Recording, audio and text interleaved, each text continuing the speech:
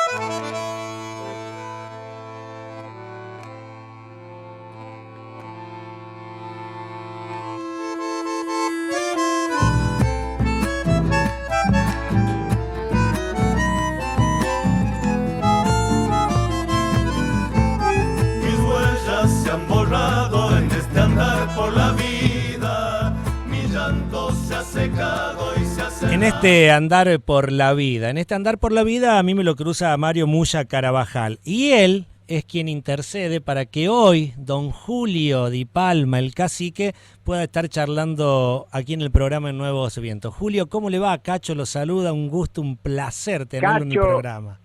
Mucho gusto, Cacho, encantado, gracias por permitirme que mi voz, pájaro al fin, mueva sus alas hacia esa ventana que es la radio por la que transmitís todos los días tus emociones y que debe hacer vibrar el alma de ese pueblo que recuerdo con mucho cariño. Las Varillas ¿no? Así es, así es. Las Varillas, yo hasta el año 55 asistía a Las Varillas porque en ese tiempo era lo que se llamaba en ese tiempo galán del radioteatro de la compañía de Jaime Cloner, y fui repetidas veces actuando en Nazareno Cruz y el Lobo, La venganza de la gitana, Furia, el forastero que llegó una tarde y otros cuantos éxitos del radioteatro de entonces. Así que vuelvo otra vez a Las Varillas, esta vez traído por la vibración de tu voz, de tu generosidad, de tu afecto y la comunicación del Muchita, a quien distingo y conozco desde hace muchísimos años, lo mismo que a su familia. Don Julio, usted tocó un tema que para nosotros, los que amamos la radio, yo hace 22 años que estoy... 23 ya este año, ya claro, estamos en enero, 23 años que estoy en la radio trabajando y 22 que hago este programa, ¿no? De folclore todos los días, folclore y tango. Pero aquellos que creemos, yo me creo y me siento una persona de radio, un animal de radio. Me gusta la radio, amo la radio, me gusta la magia que tiene la radio, pero qué mejor que usted nos cuente en lo que era el radioteatro, porque eso era magia, eso era hacer magia. El radioteatro fue lo que antecedió a lo que luego fue la televisión. Yo trabajaba en Córdoba en Radio Splendi, con la compañía de Jaime Cloner, que alcanzó un prestigio así de difusión muy grande en la zona de Córdoba y Santa Fe, hasta donde llegaban las emisiones. El radioteatro además tenía esa magia de... Estábamos 4, 5, 6 actores con un libreto en la mano, frente a un micrófono, con o sin atril, y por ejemplo la gente en el pasaje Muñoz de la ciudad de Córdoba, que no podía llegar a su casa a prender el aparato, se iba a escucharlo por un parlante y vernos a través del vidrio del estudio donde se transmitía la radio, y era realmente apasionante. Hay historias que son cautivantes al actor que le tocaba encarnar los papeles de malo, ese que siempre torturaba al galán o engañaba a la chica. La gente lo desdeñaba como un enemigo social, y las figuras centrales, en este caso la primera dama y el el primer actor, el galán, eran venerados realmente con una admiración increíble.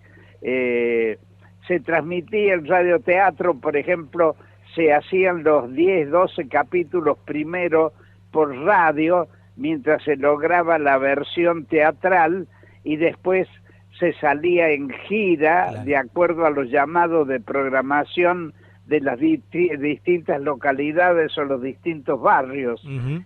Yo tuve la suerte, yo nací en Río Segundo, en la provincia de Exacto, Córdoba. claro. Nací y me crié en el campo, asistí a una escuelita de campo donde la maestra, que era muy aficionada, era profesora de declamación, fue la que descubrió un poco mis dotes de histrionismo y me alentó a que practicara la recitación. Después, en mi pueblo, puse lo que había antes, que tampoco se conoce ahora, que era la propaladora. Claro. La propaladora viene a ser la vanguardia de la FM. Sí. Había unos parlantes en el centro del lugar, del pueblo y en la plaza, y yo tenía mis horarios de transmisión al mediodía y a la tarde. Eso generó para mí mucha emoción, muchas expectativas, porque podía hacer un montón de cosas que no era solamente la costumbre de pasar un aviso o exaltar una mercadería de tal o cual negocio.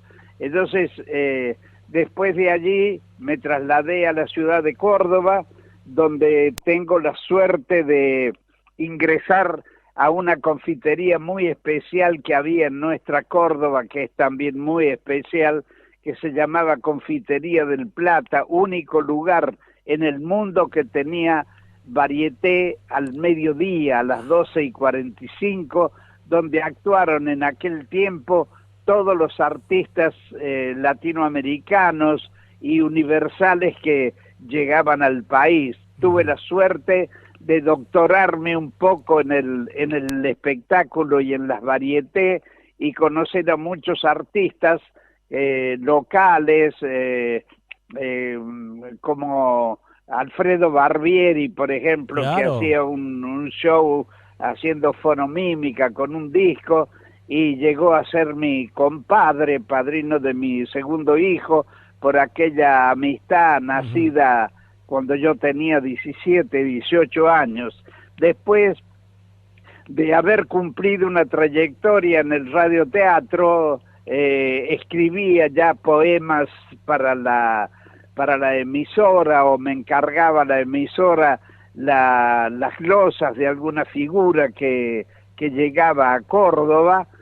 Ahí me hice muy amigo de Juan Carlos Sarabia, cuando debutaron con los Chalchaleros en Córdoba, y la amistad duró hasta hace muy poco tiempo que se nos fue. sufrimos su pérdida. Claro. El cantor Ángel Vargas, que desvinculado de la orquesta de Ángel D'Agostino, también debutó en Córdoba. Tuve la alegría de escribirle las glosas.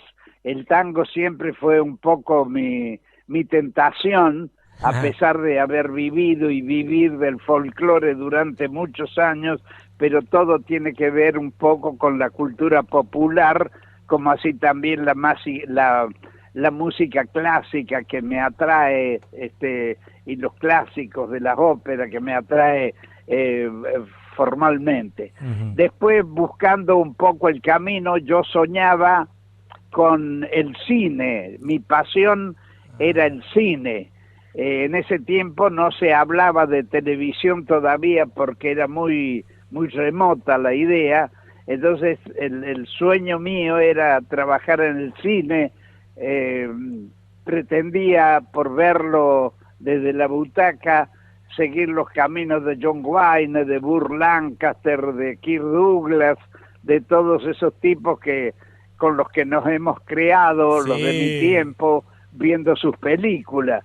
Y ¿Qué bueno, películas, llego, no? y a los pocos días de estar, me vinculo al radioteatro. Tuve un accidente, digamos, porque yo fui pedido por Radio Splendid de acá de Buenos Aires, pero justo en el momento que llego, estalla la revolución, donde derrocan a Perón y cambian hasta los vecinos de la radio. Entonces, hubo que empezar de nuevo, así y todo. Logro una contratación en la primera película en el sistema Cinemascope que se hace en Argentina, que se llamaba Campo Arado, y ahí debuto, y después formo parte del elenco radioteatral de Radio Belgrano, donde actuaba en calidad de actor y de relator de novela, con figuras muy importantes de aquel tiempo, como fueron Oscar Casco, Roberto Escalada, Juan José Míguez, Francisco de Paula, nuestro paisano cordobés también, y bueno, y me fui nutriendo, escribí radioteatro, escribí para Radio Belgrano un par de obras también, hasta el año 60, que tentado por la orquesta de Miguel Caló, uno de los músicos más reconocidos de la historia del tango, me convoca para el primer viaje que va a hacer una orquesta constituida a Centroamérica. O sea, orquesta constituida era 4 bandoneones, 4 violines, piano, contrabajo, pareja de cantores y baile. Hasta entonces no habían concurrido por una cuestión de costo, nada más que cuartetos o quintetos. Era la primera vez que una orquesta conformada totalmente por ese núcleo de músicos salía a Centroamérica, y fue la alegría mía ser convocado a países de habla latina a ir a hablar y presentar y conocer además otras vivencias y conocer a los pueblos de nuestra América y poderles contar las cosas de nuestro país. O sea, yo iba en calidad de difusor de la cultura argentina. En México me hicieron un reportaje en la TV, asombrados porque era la primera vez para ellos que iba alguien a hablar de tango y no hablaba solamente de Gardel. Yo les explicaba que venía a representar un país, que nuestra formación actual era esa, difundir el país. Había el amor era lo mismo, nada más había cambiado la forma. La muerte lo mismo. Antes a un individuo lo mataba un dinosaurio, ahora lo mataba la bomba atómica. O sea, el amor, la muerte, la vida era lo mismo, había cambiado la forma, y nosotros en la difusión era lo mismo. No había ya no había el farolito ni el malevo que esperaba a la muchacha a la luz del farolito, sino que ya le hablaba por teléfono o le mandaba un mensaje por televisión. Y fue una cantidad de cosas que me permitieron llamar un poco la atención en esos lugares donde cumplí uno de los sueños de mi carrera, porque no era fácil salir de acá contratado y visitar 4 o 5 países, hablando todos los días y todas las noches a través de la radio, de las confiterías, de la televisión. Y bueno, y después a la vuelta vuelvo y me integro otra vez a la televisión, al viejo Canal 7, donde siempre tuve un lugar especial.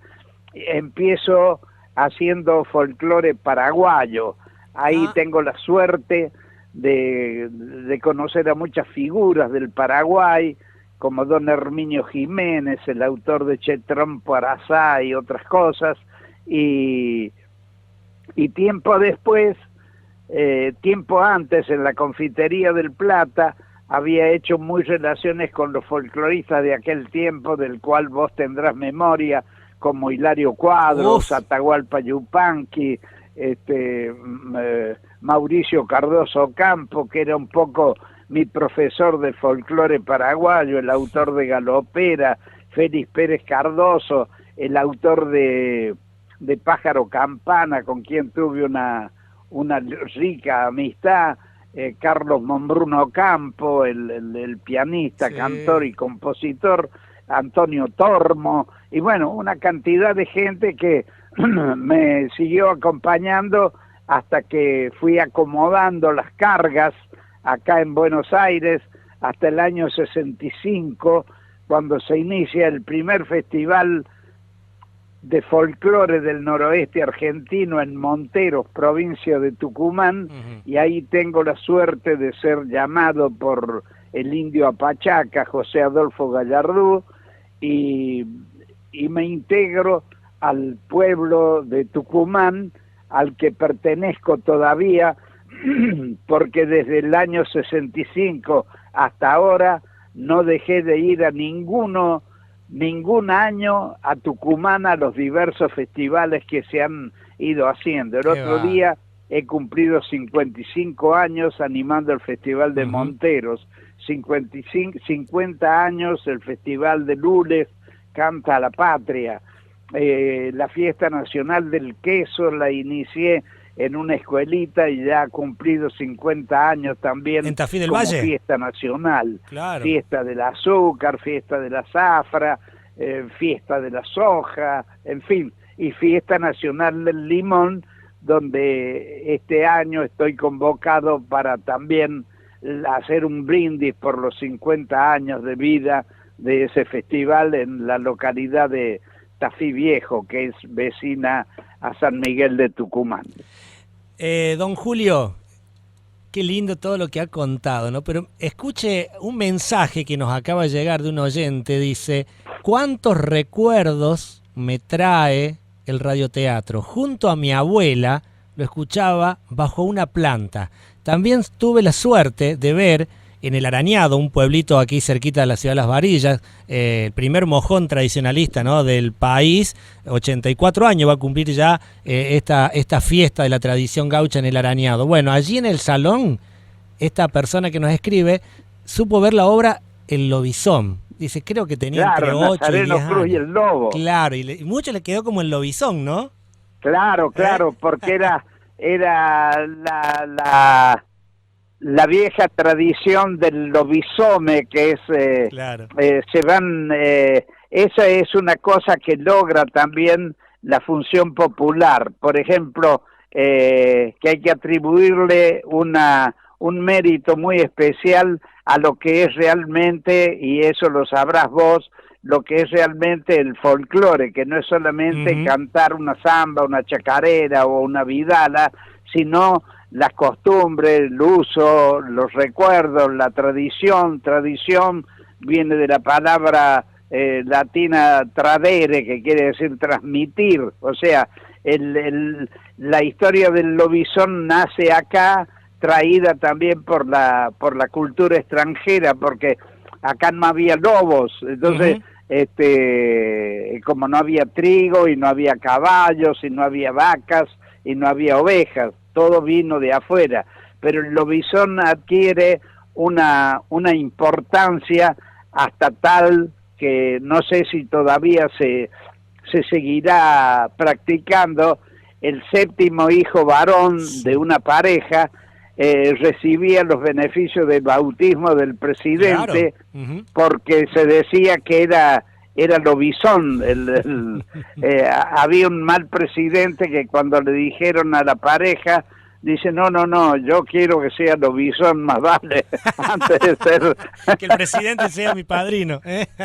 Claro, así que, bueno, y la historia del lobizón es también aquella de las noches de luna, del Fachinal, de la Griselda Dávila, la heroína, y Nazareno Cruz, que se convierte en las noches de luna, en lobo.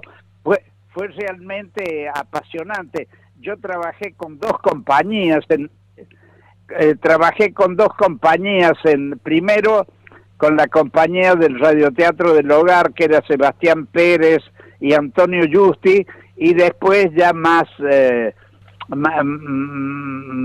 amplia la versión con Jaime Cloner, que recorrimos todo Córdoba y todo Santa Fe. Yo hacía Pepito Barbosa, el escritor lo había marcado, eran la pareja de cómico, el negro Faustino y Raulito Barbosa.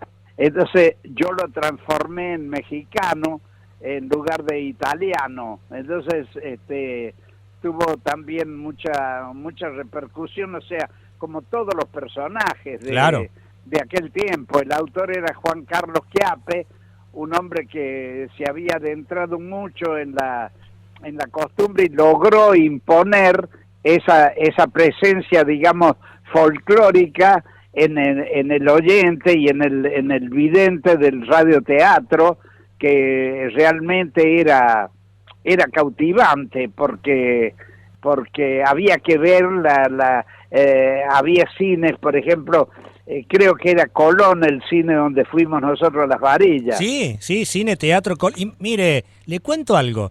Esta mañana, en el otro programa que yo conduzco a la mañana, hicimos una charla cortita con Viviana Sacone, la actriz Viviana Sacone, que el domingo, junto con el maestro Rodolfo Rani, van a venir con su obra de teatro aquí, al Teatro Colón, que hoy es municipal. En la época que usted vino era privado, hoy es municipal, y es nuestro, ¿no? Porque es nuestro, de los varillenses. Por eso lo queremos y lo cuidamos tanto, el Teatro Colón. Está bien, qué lindo. Y bueno, también se originaron una cantidad de anécdotas nuestras. Por ejemplo, de repente debutábamos en el Teatro Comedia de la ciudad de Córdoba, o en el Teatro Rivera-Indarte, que era un teatro a nivel nacional para grandes conciertos y ópera, donde la capacidad escénica era realmente admirable. Y de repente nos tocaba ir a un pequeño pueblo, a un pequeño lugar, donde el escenario se armaba con muy poco espacio, porque estaba únicamente la pantalla del cine reflejada pintada en la pared, y se tenían que armar, digamos, los camarines de un lado y del otro para las damas y para los hombres con telas. Entonces cuando hacíamos la obra del forastero que llegó una tarde, que era de capa y espada, no podíamos sacar los sables porque nos pegábamos en la cara con la empuñadura de chiquito que era. En un pueblo de Córdoba, de Marul, ¿sí? Ahí hicimos de nuevo Nazareno Cruz y el Lobo. Entonces, después de haber hecho el Teatro Comedia, que era amplio, se entraba hasta con vehículo, con caballo, y bueno, y ese era un escenario que no tenía ni 4x4, entonces había que armar lo que se llamaban las candilejas, entonces, que eran las luces con unas pantallitas al borde del escenario. Entonces el momento culminante de Nazareno Cruz y el Lobo era la transformación. ¿En qué consistía la transformación? En escena había un catre puesto, y de la parte de atrás del catre tenía unos guantes con unas garras colgadas, y había una dentadura con colmillos, y el actor, en este caso Cloner, llevaba abajo del pañuelo una máscara. Sí. Entonces, cuando llegaba el momento de la transformación, se escuchaba una guitarra, unos aullidos, los gritos de la bruja, sí, de la hechicera que convocaba al diablo. Entonces, el actor se aproximaba al catre, ponía las manos en los guantes, buscaba con la boca los colmillos, y cuando levantaba la cabeza se prendía un reflector que lo alumbraba, y era realmente pavoroso verlo, y Y como era tan chiquito el lugar, prácticamente la gente estaba codada en lo que era el escenario, Claro. Porque era muy precario. chico, sí. Entonces Jaime, acostumbrado de haber hecho funciones matiné, tarde y noche en ese escenario grande, hace el ademán de como de asustar a la gente hacia adelante, mueve el cuerpo sin calcular el espacio y pasó de largo, pasó de largo al público. No. Y claro, la gente que estaba ahí al sentir las garras y ver el lobo que se le venía encima, entró fue desesperante. Y mientras iba cayendo Jaime, con las espuelas iba cortando los cables de las candilejas y produciendo cortocircuitos. Fue tremendo porque la gente, el dueño abrió la puerta del salón que daba a una esquina ahí en Marul, sí. Y la gente huyó, estaba abajo del foco de la esquina. Bueno, corrimos todos a socorrerlo a Jaime, que no le hubiera pasado nada, que no se hubiera lastimado. Entonces se arreglan las luces, se arreglan los cables, se vuelve a montar la escena y era gracioso porque el dueño del local, cuando ya estaba todo normalizado, se asoma por esa puerta de la esquina y anuncia: señores, pueden volver a su puesto, el lobo ya está en su lugar. El lobo estaba en la jaula. Claro, ya estaba en su lugar el lobo, bueno, y siguió la función. Así hay una cantidad de anécdotas, de recuerdos que están ligados y eran giras interminables, era volver cuando eran en los barrios, los pueblos cerca, íbamos, daba la función, volvíamos, dormíamos y a las 11 había que estar en la radio de nuevo transmitiendo el siguiente capítulo, pero fue realmente apasionante y lo que produjo el radioteatro, no solamente en Córdoba, sino en todas las provincias del país, aún acá en Buenos Aires, fue realmente apasionante, inolvidable. Los que hemos tenido la suerte de vivirlo, lo contamos así con mucha alegría. Sí, bueno, después vino la televisión y bueno, y absorbió hasta cambió todo lo que soy. Sí. O sea, el radioteatro pasó a ser la señal de humo que era originalmente antes de los celulares, ¿no? Claro, casualmente yo recién cuando usted hablaba, ¿no? Del radioteatro, de lo que hacía, que había un solo parlante en la ciudad y de ahí escuchaban todos, ¿no? Que aquí claro. ¿Sabe dónde estaba aquí? A donde usted vino. Usted vino al Teatro Colón, que era el Cine Colón en aquel momento. Era cine. Y en la esquina estaba el bar, ¿no? Del Colón, todo junto. Ajá. Eso. Y ahora nuestra emisora, donde estamos ahora, está pegadito acá. Y ahí arriba, que era el edificio más alto en aquellos años, estaba, ¿no? Que usaban también los verduleros, ¿no? Para cuando salían a vender la verdura o el pescado en algunos lugares, bueno, eso megáfono, y de ahí se escuchaba. Y después aparece la FM y aparecemos. Y hoy, a ver, usted, bueno, mucho más que yo, ha pasado por todo, pero yo digo que lo que tenemos más de 50, ¿no? Entre 45 y 50, 55 y 60, hemos pasado de la máquina de escribir a manejar una computadora, así de una, ¿no? Así de una. Yo recuerdo haber arrancado aquí con cassette y hoy ya todo está cargado en las plataformas digitales que hay, ¿no? Es decir, la música. Claro. Cómo se ha ido alivianando también para nosotros, los que trabajamos en esto, los que difundimos, pero por ahí también es como que se ha ido perdiendo, bueno, pero la tecnología es la tecnología, don Julio, y no podemos escapar. Claro, y una de las grandes conquistas es la computación, ¿no? Es realmente poder lograr encontrar, comunicarse en este momento, si uno quiere, con China, con Japón, con Rusia, y enterarse de cosas, ¿no? Claro.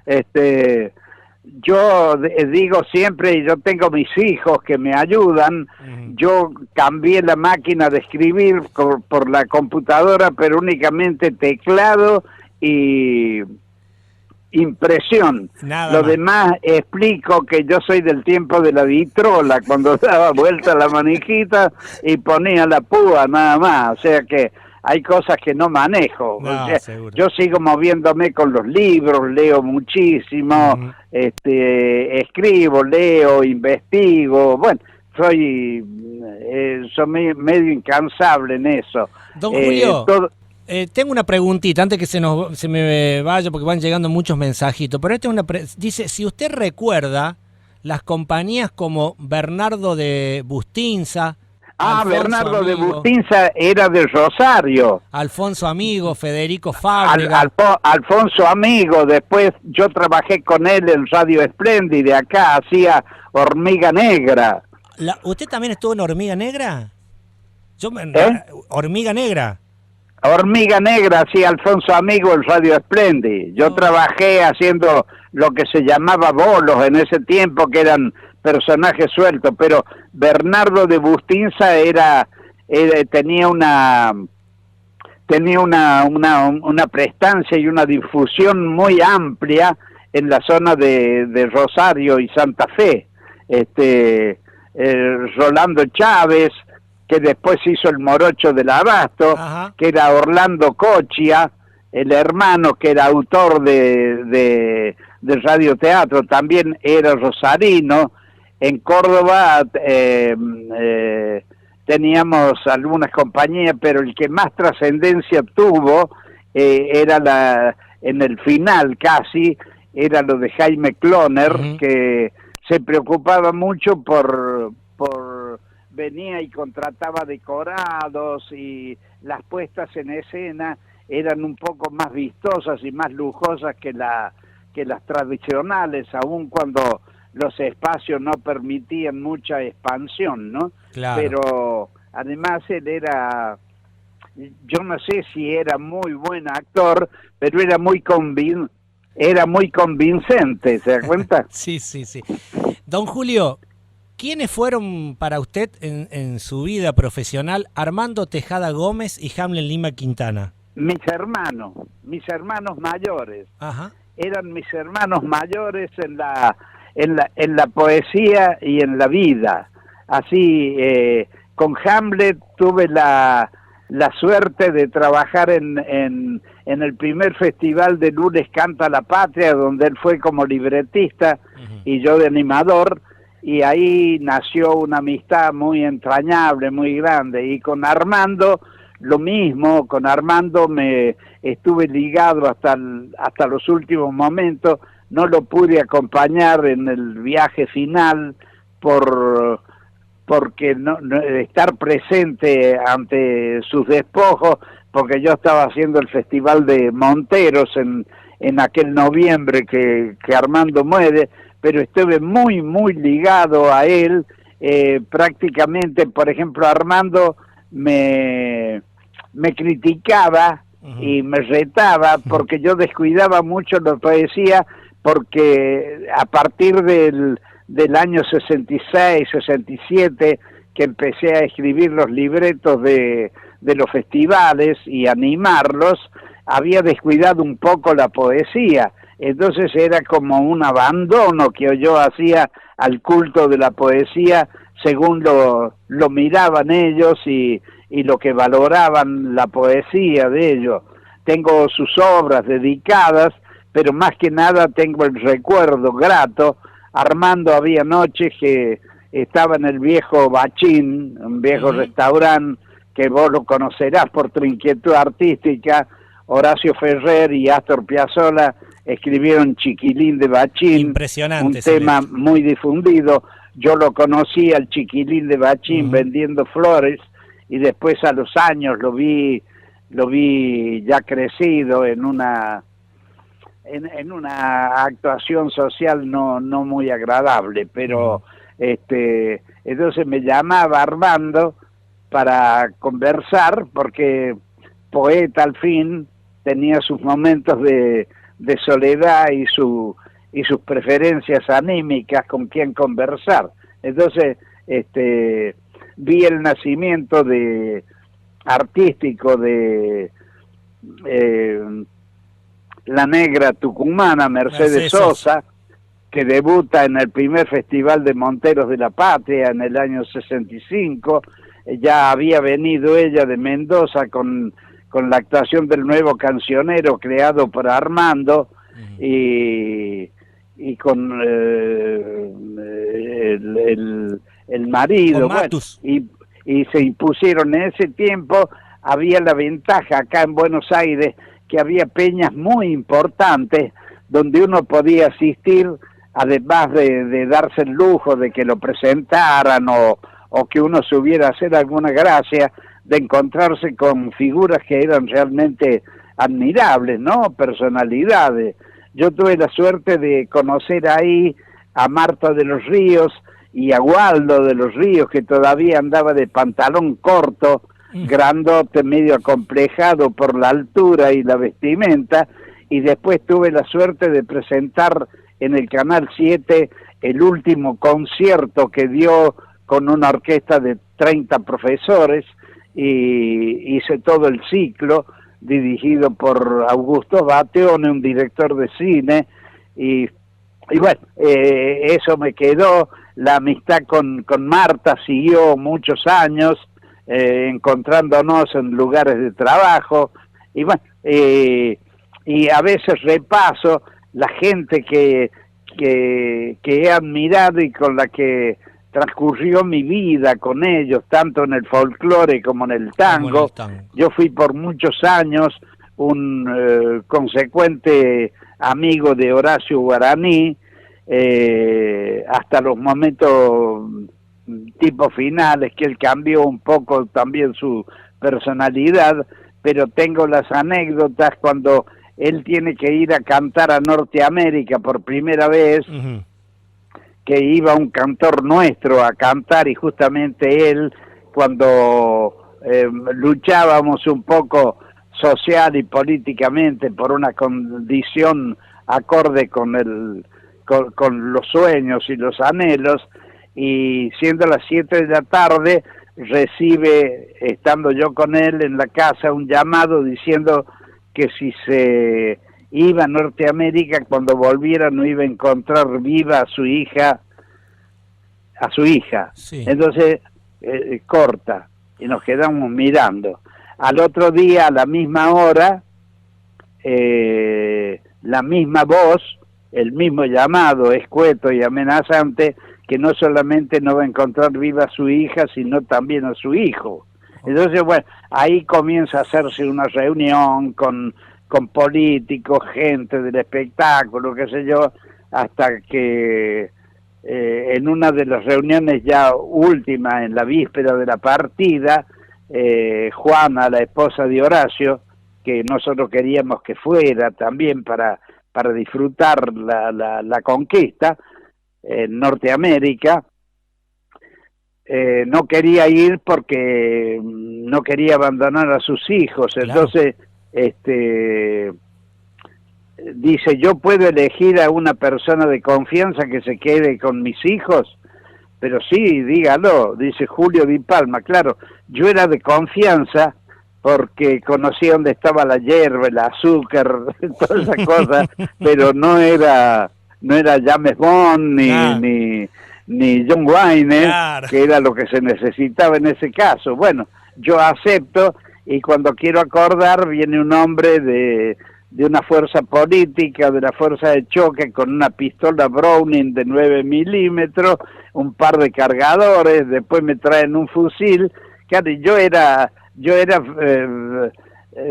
siempre practiqué gimnasia, era fierrero, medio tirado a pato bica, parecía lo que no era, o sea, un guardaespaldas. Yo he sido siempre un poeta, un hombre de paz. Me gustaba el boxeo, no boxeé porque no le podía pegar a otro por una cuestión de sentimiento. Y bueno, y cuando quiero acordar me veo armado como un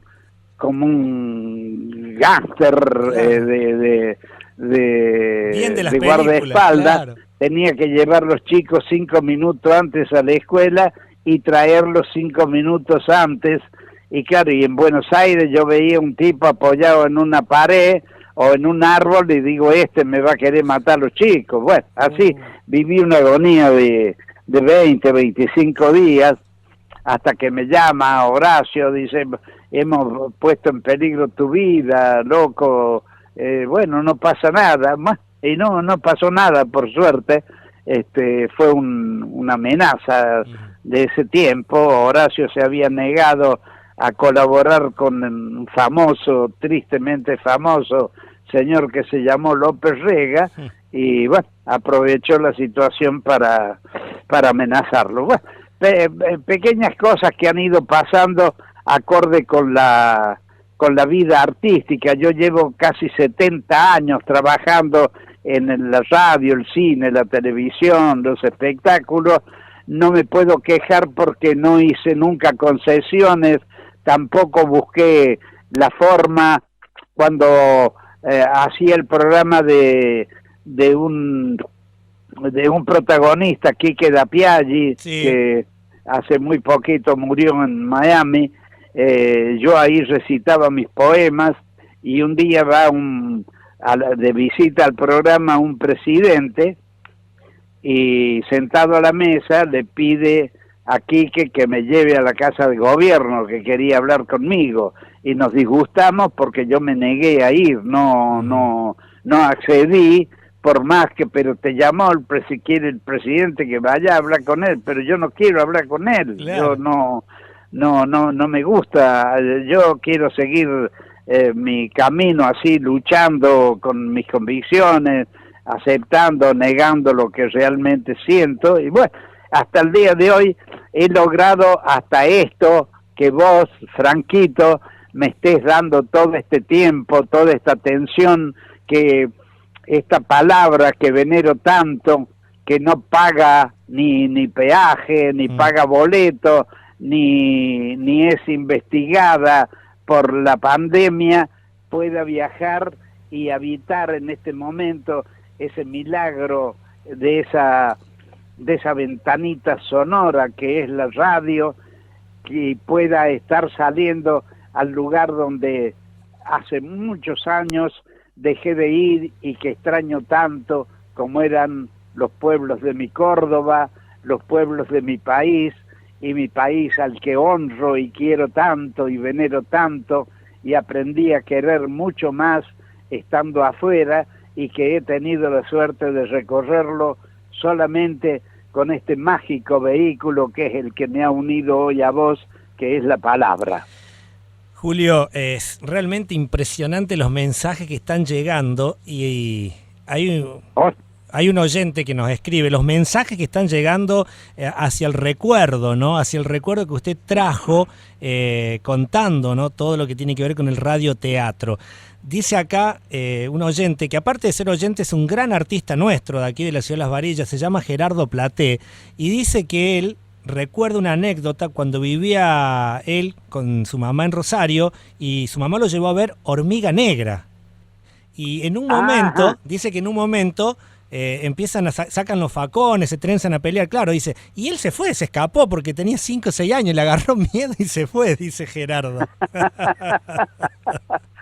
Sí. Qué bárbaro. Es toda una biblioteca, dice por acá otro oyente, es todo una biblioteca, usted, don Julio. Y van a quedar tantas cosas, porque, a ver, yo le cuento rapidito a la audiencia, que también estuvo con el programa Mi Cuñado, de Darini y Brandoni, sí. Que también hizo por casi 20 años con Luis Landricina. Programas. He estado casi 18 años siendo el segundo de Luis. Hacía salud, dijo el ñandú. ¿Y qué me puede decir de Más allá del horizonte? ¿Hizo la traducción al idioma mapuche? Claro, Más allá del horizonte fue lo que marcó. Yo hacía un personaje ahí, un capataz, sí, y hacía la traducción al mapuche, porque los autores habían decidido en el transcurso de la novela hacer intervenir a los indios con Chanqué, Catriel y compañía.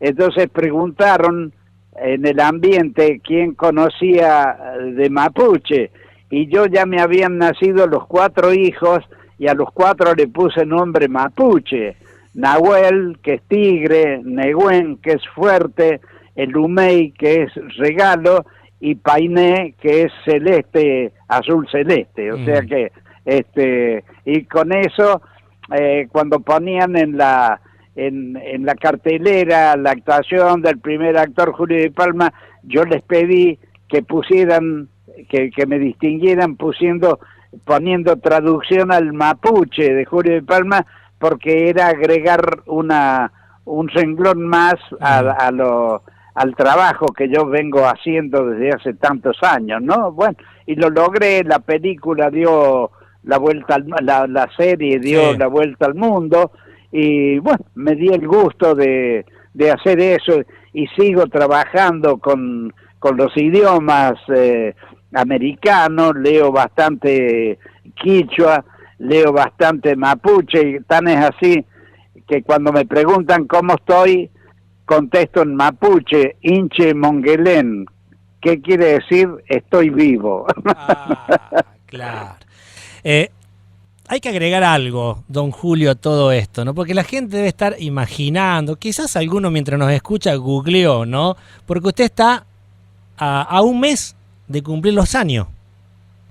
El 8 de febrero cumpleaños. Yo cumplo el 8 de febrero, así dice el árbol donde me anotaron. El 8 de febrero de 1932 vi la luz en mi pueblo, en el campo donde viví, donde aprendí a engavillar maní, a cortar girasol, a cortar maíz, y bueno, y todas esas cosas que me sirvieron después para poder afrontar la vida y no temerle a las consecuencias, aun cuando nos amenazan cosas como ahora, con esta peste despreciable que nos tiene como al boxeador entre las sogas sin saber de dónde va a venir el próximo bollo, ¿no? Pero tengo la alegría de haber cumplido los años con una conducta, con una disciplina. He sido siempre, he cuidado, aún siendo joven, he cuidado la conducta, la que me mantiene vivo y sano todavía.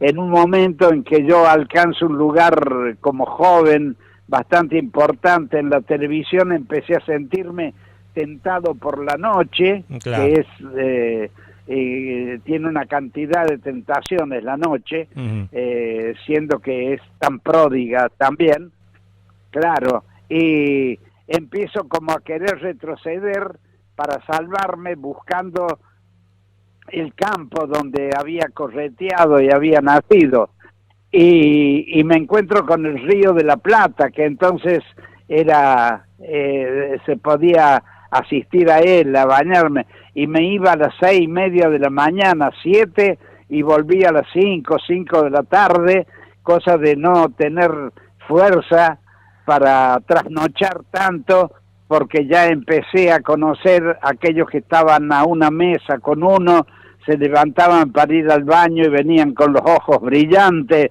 y bueno, y con invitaciones extrañas, y bueno, y todo eso lo zafé. Qué y bueno. Hoy puedo exhibir todo eso personalmente, además con mi familia.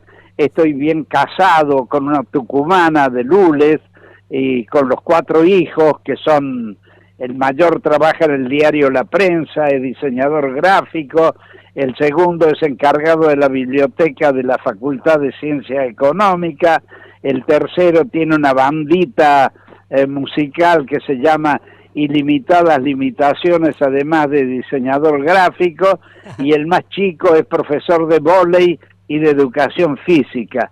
Yo digo que tengo 4 hijos anormales porque no fuman, no se emborrachan ni se drogan. Bien anormales, gracias a Dios son, ¿no? Qué bueno. Claro. Gracias a usted, con su esposa, Sí, de haberlos criado de esa manera. Es el ejemplo que se les ha dado. Claro. Yo heredé de mi padre la conducta y la disciplina social. Mi padre fue un tanito que vino de 1 año y medio, 2 años de Italia, con una tribu, y se instaló en Río Segundo, y bueno, me enseñó un montón de cosas a valorar en la vida, sobre todo la conducta, ¿no? La conducta, la lealtad y todas esas cosas que parece que no, pero que sirven de tanto para vivir. Claro que sí. Y esta alegría grande de que me hayas dado todo este tiempo, Franquito, permitiéndome poder contarte cosas, contarle a tu audiencia, esperando no haberlas agobiado con toda la charla y toda la lata y todo el recuerdo, ¿no? No, maravilloso, Julio, maravilloso. Siempre evoco una película que fue cuando se inauguró la Semana del Cine Francés,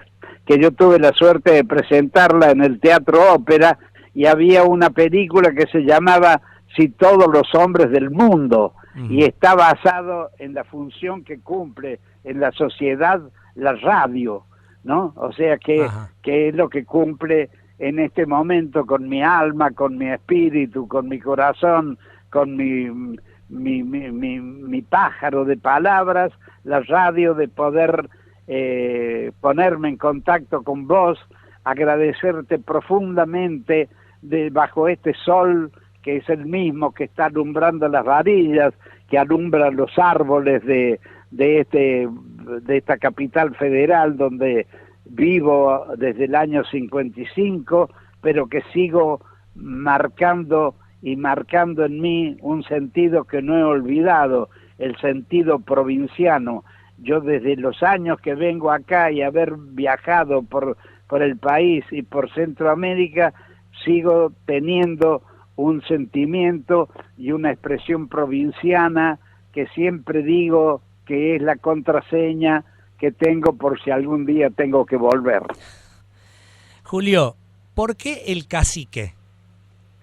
El cacique nació, o sea, se extendió. Yo siempre he sido un gran luchador y defensor de los indios, o sea, sigo estudiando a la cultura azteca, la cultura maya, pero fundamentalmente a la cultura inca.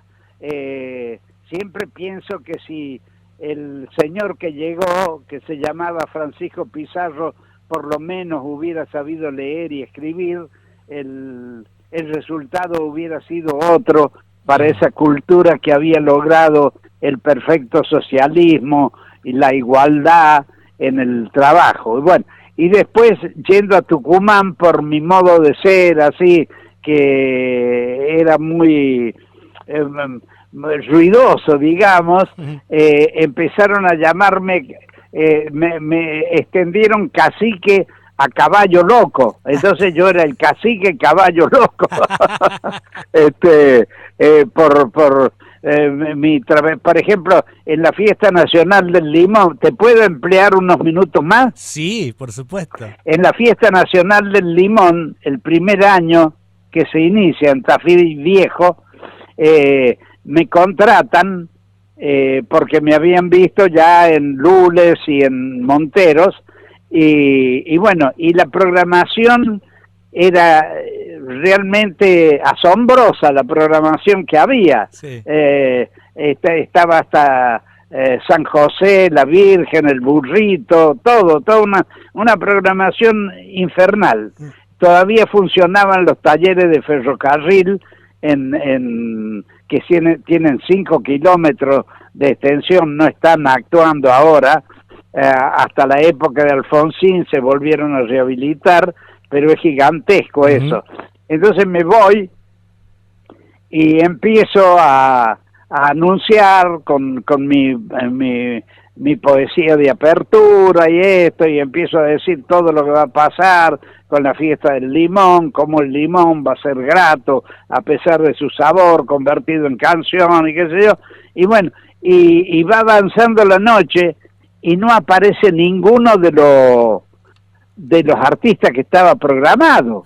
Entonces, cada sector, cada sección del taller Sí. había formado uno un conjunto de baile, otro un dúo, otro una agrupación musical, y los iba presentando, y cuando iba pasando alguien atrás del escenario yo lo subía y me decía, yo no sé hacer nada, no importa, pero Suba. dígame lo que está sintiendo. O sea, fueron 2 días que yo metía los dedos en los enchufes para distraer a la gente, revoleaba poncho, que después me entero que Soledad agita el poncho que yo había agitado en desesperación para darle algo al pueblo, y a los 3 días, en un hotel donde paraban todos los artistas en la ciudad de Tucumán, va la comisión del Festival del Limón Sí. a entrevistar a los artistas para contratarlos.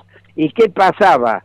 A quien le habían comprado era un señor de esos que siempre existen, que les había vendido todo, había cobrado el 50%, pero no había contratado a nadie. Entonces pagaron 2 veces el mismo elenco. Claro. Y me causaba gracia porque uno de la comisión viene y me dice con mucho donaire y mucho aire de soberbia, hemos jorobado a los comunistas. ¿Ah, sí? Ah, ¿Cómo? Dice, hemos ido a verlo a Horacio Guaraní al hotel y lo hemos contratado. Sí, y lo hemos sacado por 100 pesos. Por 100 pesos, digo, mira, si ustedes piensan jorobar a los artistas de esa forma, elijan otro camino, porque Horacio Guaraní, traído desde Buenos Aires, pagándose el mismo viaje y estadía, vale 70, y ustedes han pagado 100 a 12 kilómetros del escenario. Así que, bueno, la cuestión es que eso me encumbró, Claro. porque tuve que hacer hasta saltos mortales para entretener a la gente y disimular la ausencia de un elenco extraordinario que se iba a presentar en la Fiesta Nacional del Limón. Bueno, y que nunca se presentó. Son otras anécdotas Claro. que tiene. Don Julio, me ubican en esta vida que quiero tanto, ¿no? Claro. Se nos va el tiempo, el programa es hasta las 3 de la tarde, hemos pedido unos minutitos más para terminar la charla Yo con usted. siempre digo que el tiempo, Sí. que no pasa, que los que pasamos somos nosotros, Sí. que el tiempo es un tipo que está sentado Esperando que pasemos. con los codos acodados en la mesa, haciendo como el gato Tom a veces cuando Jerry lo molesta, Sí. golpeando los dedos, y nos mira pasar con ojos sin color y sin expresión. Ujú. Pero evidentemente ha pasado desde que tuve la suerte de aletear con mis palabras sobre el cielo de tu audición. Gracias. Le voy a leer algo que me acaba de llegar. Y dice así. Don Julio Di Palma, historia y pasión. Candilejas y tablaos. Cuentos, poemas, teatros y tantas, pero tantas historias abrazan la impronta del gran Don Julio, cacique Di Palma. Hombre de palabras al viento, de prosas que ensillan compromiso, fundamento y pasión. En usted, don Julio, late la radio del pueblo, esa que acaricia la siesta del sembrador, la que amaca el sueño de paz de tantos peregrinos, esa misma que besó el calor de aquel febrero, pregonando la llegada de ese guricito inquieto, lleno de bendiciones, esperanza y colores. Río Segundo, de trigales al sol, de cardumen plata, reflejo del cielo, bregó sus amaneceres de infancia, escuela y formación. Córdoba de cañada y serenatas recibe al gran don Julio, y entre canciones, libretos y madrugadas, Nazareno Cruz y el Lobo. Marcó la infancia de cada uno de nosotros. su voz de zorzal criollo fue regando de luces cada rincón de la Pampa Gringa, en donde el pueblo esperaba con emoción la llegada de estos grandes señores.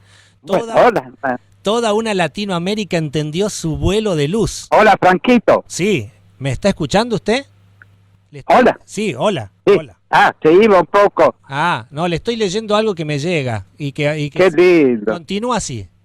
Toda una Latinoamérica entendió su vuelo de luz. La historia de la radio camina en sus zapatos. Chalchaleros, guaraní y landricina dejaron sus lunas descansando en el umbral de su amistad. Hoy solo nos queda agradecer a uno de los máximos eslabones de la cultura popular argentina, entendiendo que en usted nuestra historia camina y desanda airosa por la senda del camino trovero popular. Desde mis sierras chicas y una emoción inmensa que abraza mi querencia, agradezco a la vida saber que nuestra cultura es, fue y será un gajito de amor nacido desde el corazón del gran Julio, cacique Di Palma, el eterno soñador. Firma Ariel Chaco Andrada del grupo La Callejera, que se lo está escuchando el programa y se lo escribió recién. Muchas gracias, don Gracias. Muchas gracias, Andrés. Muchísimas gracias. Mirá, el corazón me está haciendo, el corazón en este momento me está haciendo el mismo sonido que aquellos famosos tractores Sanelo que recorrieron todo el país con el sello de las varillas. Así que te agradezco mucho a vos que me hayas puesto en contacto con tanta gente y que haya servido para acercarnos y recibir este homenaje tan benigno para mi alma, para seguir defendiendo esto que quiero tanto, ir contándole a la gente que debemos estar unidos, que el amor no es solamente darse un beso ni tomarse las manos, que el amor es mucho más grande, que podrán ensuciar las aguas, marchitar las flores, herir a los pájaros, pero que no podrán con el amor, porque el amor se manifiesta a través del acercamiento, de la unión, de la comprensión humana, que es lo que necesitamos en este momento para salir de este abismo en el que estamos colgados, con la esperanza de que alguien nos tire del cielo, aunque sea del infierno, una liana para poder subir otra vez y movernos en una superficie de tranquilidad y de alegría. Muchas gracias. Don Julio, un placer enorme, que tenga un buen fin de semana y saludo a su familia. Gracias, en nombre de todos. Igualmente, este teléfono que es tu casa, gracias. Te digo con las palabras de Don Atahualpa, esta es tu casa, paisano, y ahí puede pegarme el grito. Cuando tenga alguna inquietud o algo que pueda transmitirle o vea el momento de ponerme otra vez en contacto con las varillas, yo vibraré como esas varillas movido por el viento de la alegría, produciendo una especie de música nacida por mi alma. Gracias, Franco. Gracias, muchísimas gracias. Por la vida te doy por bien servido, por tantas cosas vividas.